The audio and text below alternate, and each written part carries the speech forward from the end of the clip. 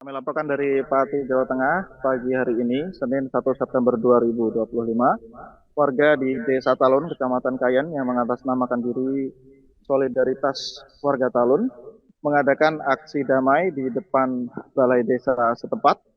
Ada puluhan warga yang tergabung dalam Solidaritas Warga Talun yang berorasi di depan kantor balai desa, kemudian dilanjutkan dengan audiensi di dalam kantor desa. Dalam hal ini, mereka memiliki 9 tuntutan yang ditujukan kepada penjabat kepala desa, yaitu Mat Soleh. Dan dari 9 tuntutan tersebut, pada intinya mereka menuntut transparansi dari pengelolaan keuangan desa, baik dalam hal APBDes, penyewaan tanah aset desa, maupun terkait penyelesaian program-program yang berkaitan dengan keuangan desa. Untuk diketahui, kepala desa definitif di Desa Talun belum lama ini meninggal dunia dan per tanggal 19 Agustus 2025, Bupati Pati menunjuk penjabat Kades atau PJ Kades untuk menjalankan roda pemerintahan desa di Desa Talun, dan yang ditunjuk adalah Mat Soleh yang merupakan ASN di kantor Kelurahan Parenggan, Kecamatan Pati. Dan di sini salah satu poin yang disampaikan oleh pengunjuk rasa adalah terkait pengelolaan tanah bengkok atau tanah aset desa, yang untuk diketahui tanah bengkok merupakan aset desa yang hasil pengelolaannya merupakan fasilitas yang menjadi hak kepala desa. Dan dalam hal ini masa dari Solidaritas Warga Talun mempertanyakan dari penggunaan pengelolaan tanah bengkok desa itu setelah tidak ada lagi kepala desa definitif dan saat ini dijabat oleh PJ Kades. Mereka ingin sebagian besar dari hasil tanah bengkok tersebut dialokasikan untuk pendapatan asli desa, dan PJ Kades yang notabene baru menjabat kurang dari 2 minggu, mereka harapkan hanya menerima bagian dari pengelolaan tanah bengkok tersebut maksimal sebesar 30%, sehingga 70% sisanya bisa dimasukkan ke kas desa sebagai pendapatan asli desa untuk tahun 2026 mendatang. Dan setelah berorasi, masa aksi ini diterima oleh PJ Kades di dalam kantor desa untuk beraudiensi. Di situ tercapai kesepakatan bahwa penjabat kepala desa bersedia memenuhi tuntutan dari masa Solidaritas Warga Talun dan juga menandatangani fakta integritas yang disediakan oleh masa aksi. Di situ pihak PJ Kades menyatakan bersedia memenuhi semua tuntutan terkait permintaan transparansi keuangan dan aset desa. Dan pada poin fakta integritas tersebut juga tercantum bahwa PJ Kades bersedia mengundurkan diri apabila tidak bisa memenuhi tuntutan dari warga. Demikian, Anas. Ya Mas, kira-kira apa yang melatar belakang ini warga Talun untuk melakukan unjuk rasa ini, Mas Kak? Apakah ada poin-poin tertentu? Mungkin ada masalah atau seperti apa ini, Mas Kak? Ya, baik. Jadi seperti yang disampaikan oleh salah satu peserta aksi yaitu Muhammad Ibnu Abbas, eh, unjuk rasa ini terkait dengan penunjukan PJ Kades yang ditunjuk sejak tanggal 19 Agustus lalu, dan warga ingin agar masalah pengelolaan keuangan desa dengan beralihnya ke pemimpinan pemimpin desa atau dari kepala desa ke PJ Kades ini bisa dilakukan dengan transparan. Ada beberapa poin yang menjadi tujuan mereka, dan salah satu yang memicu dari aksi ini adalah dari menurut Abbas dari SK penunjukan PJ Kades yang ditandatangani oleh Bupati Pati tidak disebutkan batas waktu kapan PJ Kades tersebut akan memimpin di Desa Talun. Sedangkan menurutnya seharusnya ada batas waktu tertentu sehingga warga bisa melakukan evaluasi, dan sebaiknya juga dilakukan pergantian antar waktu. Jadi ada pemilihan kepala desa PAW atau pengganti antar waktu.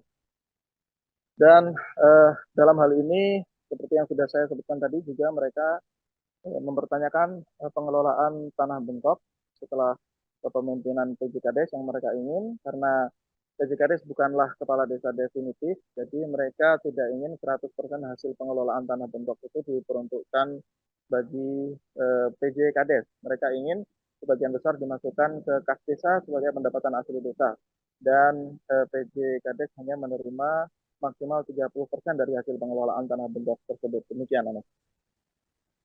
Ya, Mas Kak, untuk unjuk rasa sendiri ini diikuti berapa banyak nih, Mas Kak, yang berunjuk rasa? Ya. Baik, Anas, dari pantauan di lapangan, kira pukul 9.30 pagi tadi, warga sudah berkumpul di depan balai desa dengan jumlahnya puluhan. Mereka berorasi dan juga menyetel musik dengan sound system, dan berdasarkan surat pemberitahuan mereka, aksi ini diikuti kurang lebih 100 orang.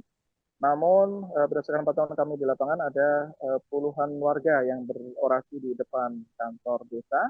Kemudian ketika masuk ke kantor balai desa untuk beraudiensi dengan PJ kepala desa, masa mulai bertambah hingga memenuhi seluruh ruangan balai desa saat berlangsungnya audiensi. Demikian, Anak.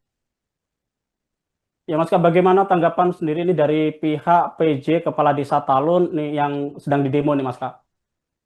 Ya, baik, berdasarkan keterangan dari PJ Kepala Desa Talun, Soleh, pihaknya mengaku siap untuk memenuhi semua tuntutan dari warga.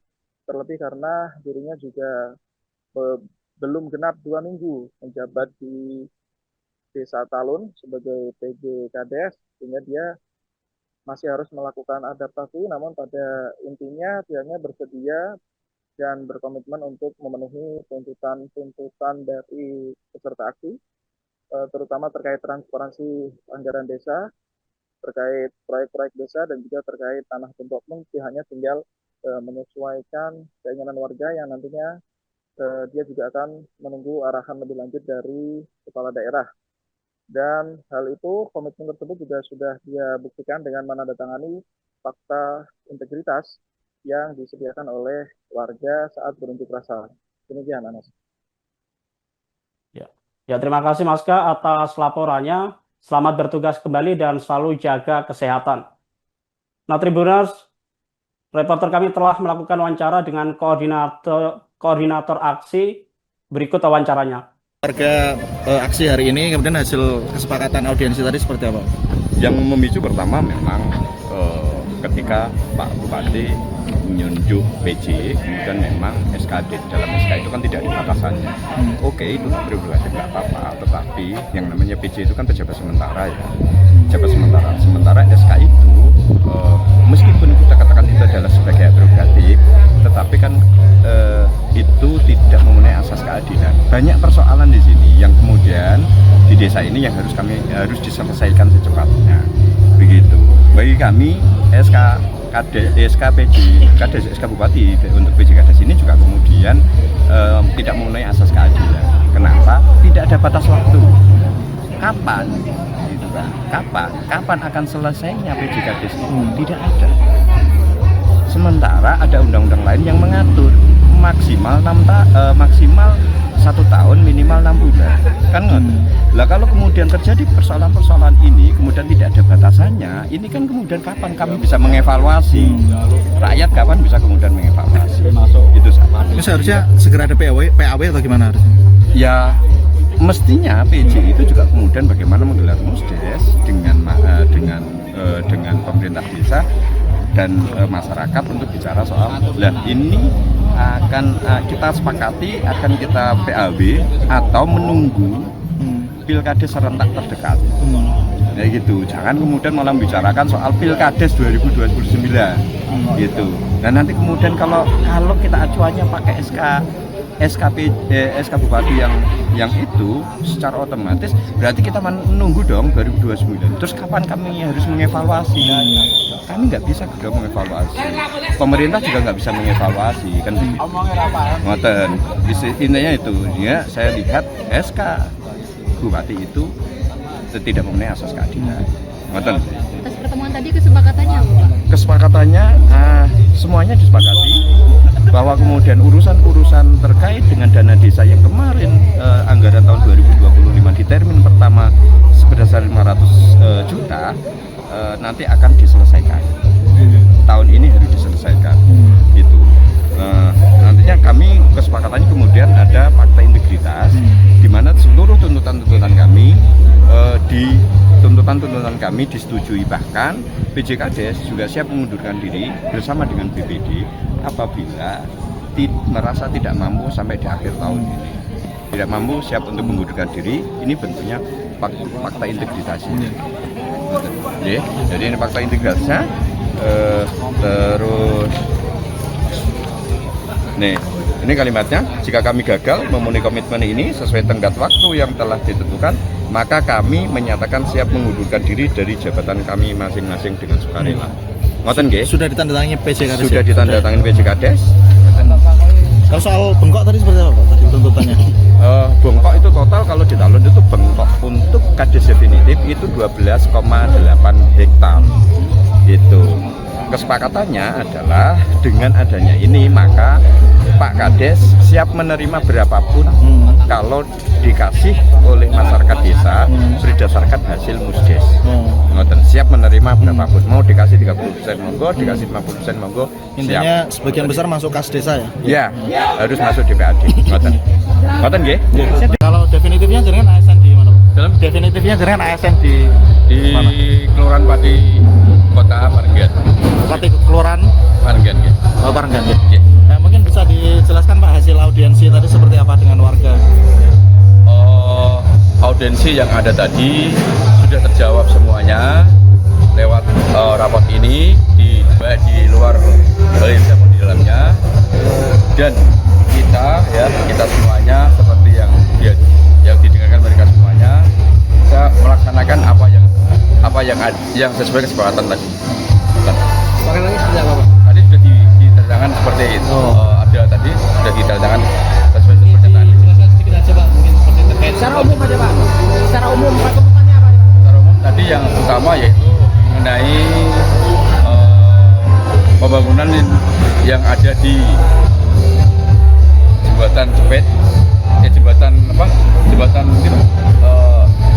Ginan, kemudian ada itu yang lagi pembangunan yang dia ada di Petung Selatan, yaitu nggak apa, dan ya, sama Pak Kadir. Intinya transparansi yang diminta Pak Ya, dan siap menyanggupi Pak ya? Terima kasih ya. Nonton cukup, oke. Bengkok tadi, Pak, mungkin Pak. Yang sempat dialur bengkok TC maksimal 30% itu seperti apa? Oh, nanti akan dimusyawarahkan dulu seperti yang dihasilkan di taman tadi.